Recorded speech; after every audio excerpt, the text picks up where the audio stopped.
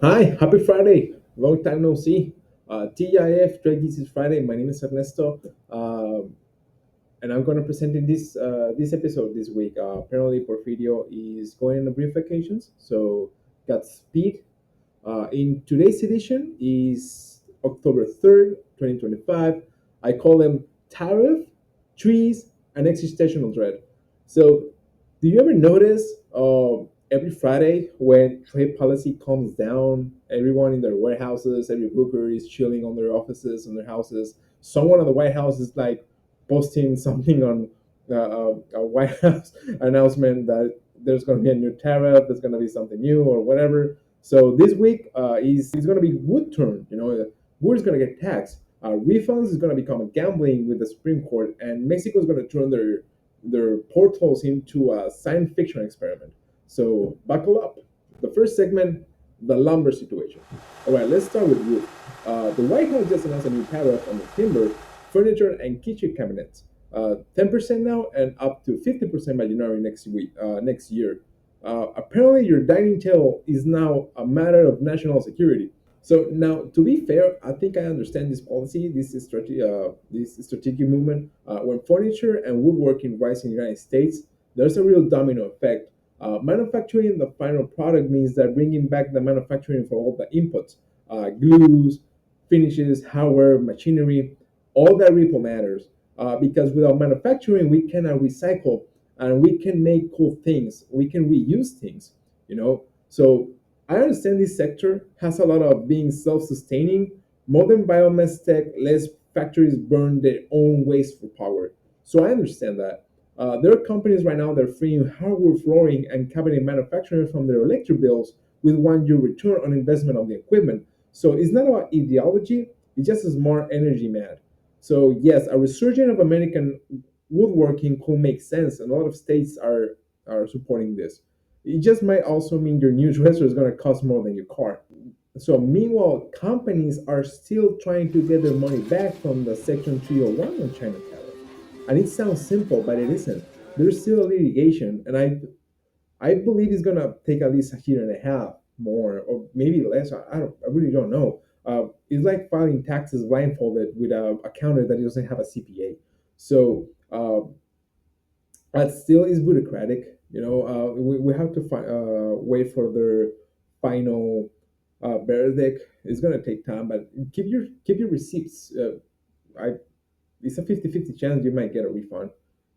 Because they are inconstitutional. They have uh, the subjective part of the law and the objective part of the law, and there's a lot of interpretation. So it might be a 50-50%. Um, in Mexico, the E2 reform is going to go cyberpunk in Mexican customs. And there's this Mexico, bureaucratically, they decided you need a software update. On December 9 of 2025, Mexico will make the E2 Manifestación de Valor, the new digital custom form. It's going to be mandatory for all imports. They already have a version of it, but I believe they're going to update the software. So the authority is going to eye scan you every time you're gonna change a pallet or something. Um, Importers will now declare to custom value of their goods all related importers expenses directly to the SAT, the Mexican Tax Authority, in line with the 2025 General Foreign Trade Rules. And yes, there's going to be a manual. There's always going to be a manual. Of course, it's going to be on ayuda, manuales, guías de usuario y manifestación de valor on the VUCEM portal. So, perfect bedtime reading if you ever wanted to feel your soul leave your body from another foreign tax authority. These new reforms comes with a whole digital package, biometric controls, AI risk assessments, electronic seals, and more oversight than a divorce lawyer on a bachelor party. Basically, on the mañanera, they asked this to Claudia Sheinbaum, but she couldn't answer because maybe you know how it is. They call it modernization, but let's be real, it's surveillance with a spreadsheet. It's like letting the tax authority have a special sheet so they can see the entire Excel file. So it's going to be really weird.